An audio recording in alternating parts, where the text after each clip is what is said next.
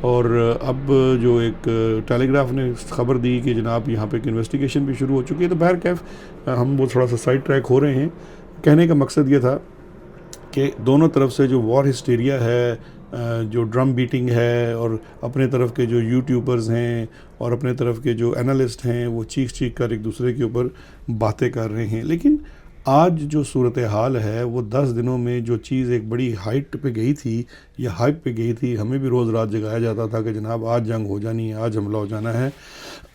وہاں پہ لگتا یہ ہے کہ معاملہ کچھ تھوڑا سا ٹھنڈا ہونے کی طرف جا رہا ہے. اب یہ میں بات کیوں کر رہا ہوں, ٹھنڈا ہونے کی طرف کیوں جا رہا ہے, میں آپ کی خدمت میں 2-3 چیزیں عرض کرتا ہوں جہاں سے آپ شاید میری بات سے ایگری کر سکیں. پہلا یہ ہے کہ اگر آپ یاد کیجئے کہ جب یہ انسیڈنٹ ہوا اس وقت امریکہ کے vice president J D Vance جو تھے اپنی ہندین نژاد جو اہلیہ ہیں اور ان کے بچوں کے ساتھ ایک لمبے دورے پر انڈیا میں تھے. ظاہری بات ہے جب اٹیک ہوا وائس پریزیڈنٹ وہاں پہ تھا اور اس نے مودی سے ملاقات بھی کی, اور اس کے بعد اس نے ایک بڑا سخت بیان دیا جس میں اس کا یہ کہنا تھا کہ اس قسم جو انڈیا ہے اس کے ساتھ بڑی زیادتی ہوئی ہے اور انڈیا جو بھی قدم اٹھائے گا دہشت گردی کے خلاف یا دہشت گردوں کے خلاف امریکہ اس کے ساتھ کھڑا ہوگا وغیرہ وغیرہ. تو جو پہلا وہاں سے امپریشن آیا وہ یہ تھا کہ جو امریکہ ہے وہ انڈیا کے ساتھ اگر پاکستان کے ساتھ کوئی اگریشن ہوتی ہے تو شاید وہ انڈیا کو حق بجانب سمجھے گا, اگر اس کا وہ فزیکلی ساتھ نہیں دے گا تو کم از کم حق بجانب سمجھے گا. This was the starting point on 22 April. 22 اپریل سے لے کر ابھی تک 2 مئی تک کچھ چیزیں بدلی ہیں. ظاہری بات ہے اس میں ہر گزرتے وقت کے ساتھ, کیونکہ دیکھیے اس طرح کے واقعات میں اس جو دفاعی تجزیہ نگار ہیں وہ یہ بات بھی کرتے ہیں اور اس سے ایگری بھی کرتے ہیں کہ اگر تو آپ نے کوئی ریٹیلیٹری چیز کرنی ہوتی ہے تو وہ 72 گھنٹوں کے اندر آپ کر لیتے ہیں. آپ کے ساتھ کچھ قصہ ہوا ہے وہ آپ نے نہیں کیا, you have lost your chance, because after 72 hours then people start asking questions کہ آپ جو الزام لگا رہے ہیں اس پہ آپ کے پاس کیا شواہد ہیں کیا نہیں ہیں. جب یہ بات شروع ہوئی تو انڈیا نے بڑی بھرپور قسم کی ڈپلومیٹک انگیجمنٹس کی اور بڑے ہائی لیول پہ ٹاپ جو دنیا کے 20-25 ممالک ہیں ان کے وہ لوگ, صدر, وزیر اعظم, وزیر, وہ فون کر رہے ہیں, انڈیا کی ٹاپ لیڈرشپ سے بات کر رہے ہیں. انڈیا میں جو ان کا ایکسٹرنل منسٹری ہے یعنی کہ فارن آفس ہے وہ صبح شام ویسٹرن ڈپلومیٹس کو بریف کر رہا ہے وغیرہ وغیرہ. اس کا امپیکٹ کیا ہوا وہ میں 1 منٹ میں بات کرتا ہوں, لیکن یہ چیز چلتی رہی. اب تقریباً آپ کہہ لیجئے کہ یہ کل کے روز کی اور پچھلے 2 دنوں کی جو ڈیولپمنٹ ہے اس میں ایک سٹیٹمنٹ بڑا امپورٹنٹ ہے. وہ امریکہ کے جو ہم آپ کو دکھاتے دیتے ہیں اسکرین پہ, جو ان کے ہیں Marco Rubio, calls India and Pakistan in effort to defuse crisis over Kashmir attack. یعنی کہ ایک جانب یہ بات کی گئی 10 دن قبل کہ انڈیا کے ہم ساتھ کھڑے ہیں, انڈیا جو کرے گا بالکل درست کرے گا, حق بجانب ہوگا وغیرہ وغیرہ. So moving from that point because the time had lapsed, so moving from that point they have come to a point جہاں پہ یہ بات ہو رہی ہے کہ دونوں کو مل کر اس معاملے کی کوئی حل کرنا چاہیے. پھر اس کے بعد جو بڑی ڈیولپمنٹ ہے وہ جے ڈی وینس کی سٹیٹمنٹ بھی ہے, اور جے ڈی وینس نے بھی ایگزیکٹلی یہی بات کی ہے کہ جو ہے دونوں ممالک کو اس کے اوپر مل کر کام کرنا ہوگا, اور وہ جو بھی اس کے ریزولوشن کے لیے کام ہو سکتا ہے. وہ سوری میں دیکھ رہا ہوں باہر اچانک دھوپ نکلی تھی, بارش شروع ہو گئی. خیر دس از واٹ بریٹن از. اچھا, اب یہ جو دوسری سٹیٹمنٹ آئی ہے اس سے بھی وہی چیز پتہ لگتی ہے کہ وہاں پہ امریکہ کی جانب سے شاید اب یہ ایفرٹس ہو رہی ہیں کہ چیزوں کو ڈیفیوز کیا جائے اور اس کو کسی ایسی سولوشن کی طرف جایا جائے جہاں پہ کوئی کائنیٹک قسم کے یا چھوٹے قسم کے ایکشنز تو ہو سکتے ہیں لیکن فل فلیج وار کو سپورٹ نہیں ملے گی. دوسری جانب پاکستان نے, ہمیں اس بات میں کہنے میں کوئی عار نہیں ہے کہ پاکستان نے بھی ایک چیز, آلدو جو لوگ بات کر رہے تھے ان کی کریڈیبلٹی بھی کوئی نہیں تھی, وہ بھی نہیں تھا, لیکن ایٹ لیسٹ یہ چیز ضرور باور کرائی گئی ہے کہ انڈیا کی جانب سے کوئی ٹھوس ثبوت بھی نہیں دیے جا رہے اور صرف جنگ کی بات کی جا رہی ہے. اچھا, یہاں پہ جو سب سے زیادہ اس پورے ماحول میں بینیفٹ ملا پاکستان کو, وہ یہ الجزیرہ کی کچھ دن پہلے کی رپورٹ بھی تھی کہ جو انگیجمنٹ کی گئی بھارت کی جانب سے ویسٹرن ڈپلومیٹس کے ساتھ, اس کا جو آؤٹ کم تھا یا ان کا جو ٹیک آؤٹ تھا from those meetings and engagements was that کہ بھارت کے ساتھ زیادتی ہوئی ہے، اس میں کوئی شک نہیں ہے، 26-27 سویلین مارے گئے ہیں، لیکن بھارت کا پاکستان کے اوپر اس کا الزام جو لگانا ہے یہ تھوڑا سا پری میچور ہے اور اس کے اندر کافی زیادہ ثبوتوں کی کمی ہے۔ تو یہ جو ایک چیز ڈیولپ ہوئی، اسی نے ظاہری بات ہے وہ فیڈ ان ہوتی ہے، اور جب یہ آیا کہ اس کے کوئی واضح ثبوت نہیں ہے کہ یہ اسٹیٹ سپانسرڈ تھا، تو پھر اس وقت اگر آپ اسٹیٹ سپانسرڈ نہیں ہے اور ہم یہ مان لیتے ہیں، اب دیکھیں دو تھیوریز ہیں، ایک تو یہ ہے کہ وہ آرگینک یا وہاں کے ہوم گرون گروپس کا تھا، یا پاکستان کے جو موجود گروپس ہیں ان کی طرف سے کیا گیا، جس کے کافی امکان ہو بھی سکتے ہیں، لیکن یہ اسٹیٹ سپانسرڈ تھا، اس کے کوئی شواہد نہیں ہیں، اور اس بنیاد پہ دو نیوکلی آرمڈ ملک جو ہیں وہ آپس میں جنگ نہیں لڑ سکتے۔ تو لہٰذا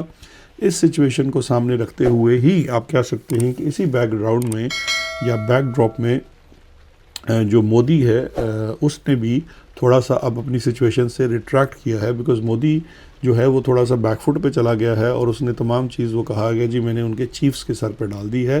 دے are free to take action whatever they want, اور Modi has gone back to کہتے ہیں نا وہ بزنس ایز یوزول، وہ بھارت کے باقی کانفرنسیں وہ کوئی بالی ووڈ کی بڑی کانفرنس ہو رہی تھی کل، مودی اس میں چلا گیا وغیرہ، تو وہ جو ایک وار ہسٹیریا تھا، اب کچھ لوگ یہ کہیں گے کہ جناب نہیں یہ basically this is a Lal before the storm,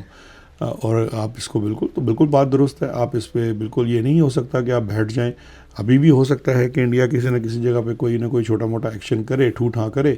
لیکن جو یہ بات کرنا کہ جناب کوئی بڑی جنگ ہو سکتی ہے وہ مجھے ممکن نظر نہیں آتی، اور جہاں تک وہ پانی بند کرنا یہ وہ بھی کچھ ٹیمپریری چیزیں لگتی ہیں۔ اچھا، اب اس کا پاکستان کی ڈومیسٹک جو سیاست ہے اس کے اوپر بھی بڑا ایک انٹرسٹنگ امپیکٹ ہے، کیونکہ یہ تو میں نے بات کر دی کہ دو ملکوں کے مابین انٹرنیشنل ریلیشنز وغیرہ، اب اس کا پاکستان کی سیاست کے اوپر جب آپ دیکھتے ہیں تو وہ بڑا انٹرسٹنگ اینگل ہے۔ گلے کی خرابی کی وجہ سے یہ تھوڑا مجھے ساتھ گرم پانی پیتے رہنا پڑنا ہے۔ اچھا جی، پاکستان فرنٹ کے اوپر کیا ہوا؟ سب سے پہلے تو مذائقہ خیز بات یہ ہے کہ جو ہمارے چیف سپہ سالار صاحب ہیں سینہ بجا کے بار بار کہتے ہیں کہ جنگیں جو ہیں وہ فوج لڑتی ہیں وغیرہ وغیرہ، تو وہ تو کافی حد تک اپنے ایکشن اور کنڈکٹ سے ہی غلط ثابت ہو جاتے ہیں، جنگیں قومیں لڑتی ہیں، فوج نہیں لڑتی۔ اور دوسری بات یہ ہے کہ قوموں کو بھی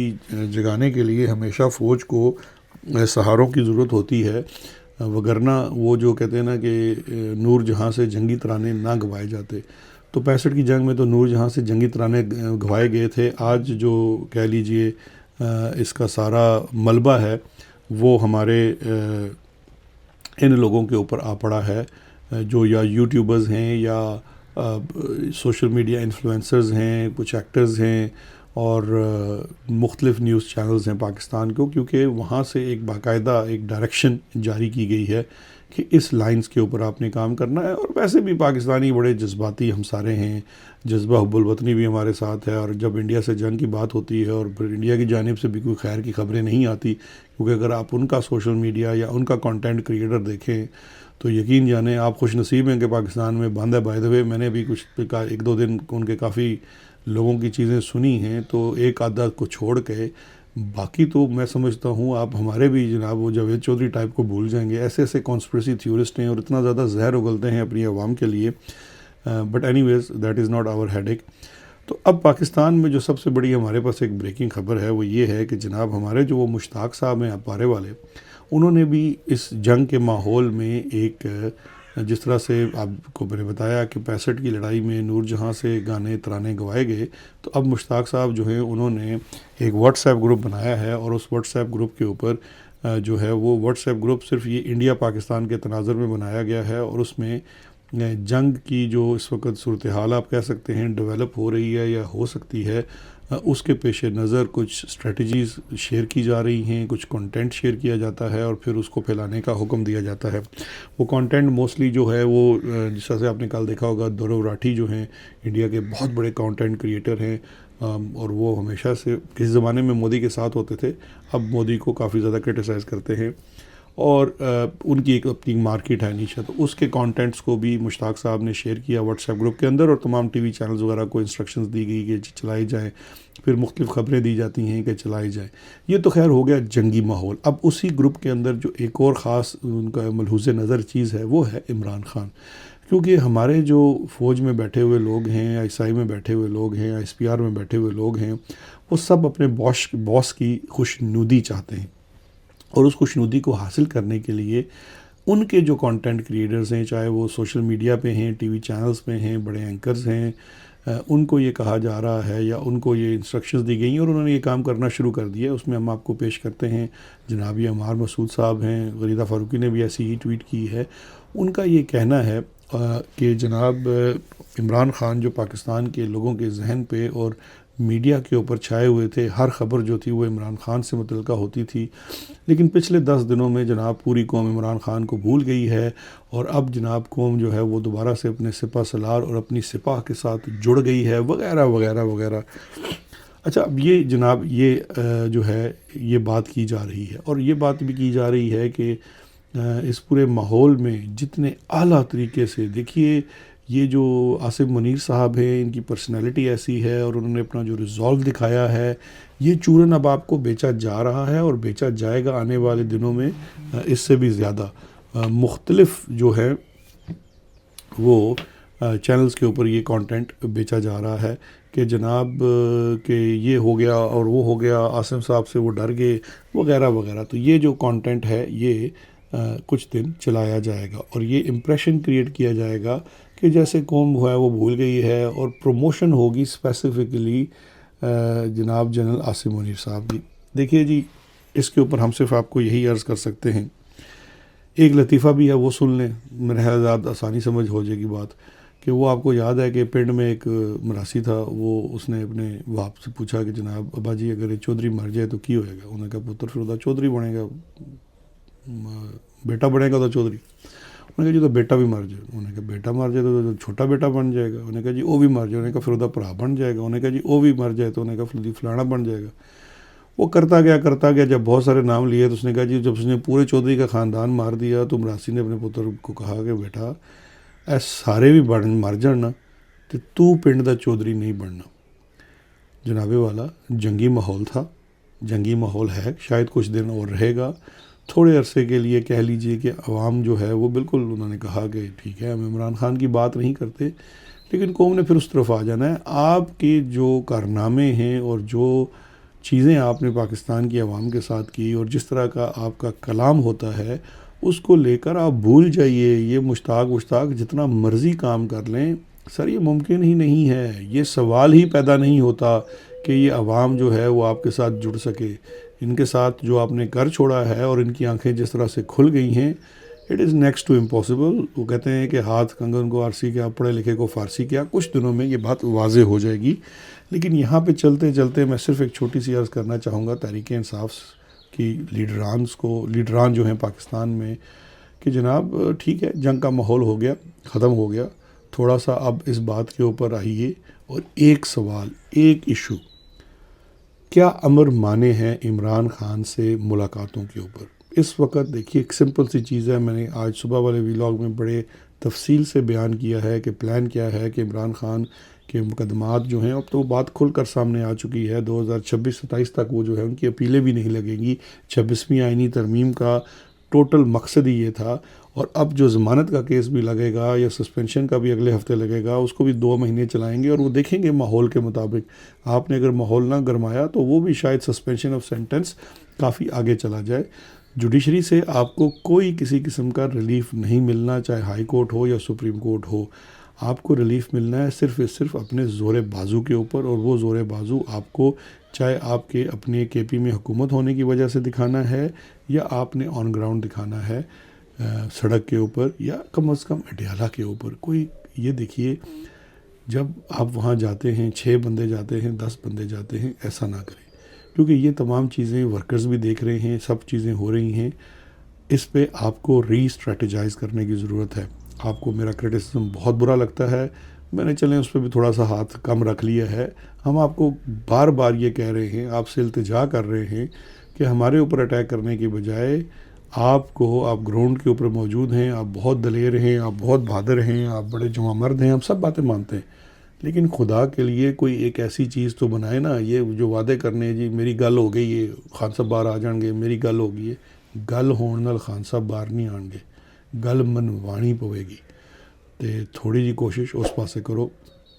گلے خرابی کی وجہ سے یہیں آپ سے اجازت چاہیں گے. اپنا خیال رکھیے گا. انشاءاللہ کل مزید خبروں اور تجزیات سے بات ہوگی. شکریہ. خدا حافظ.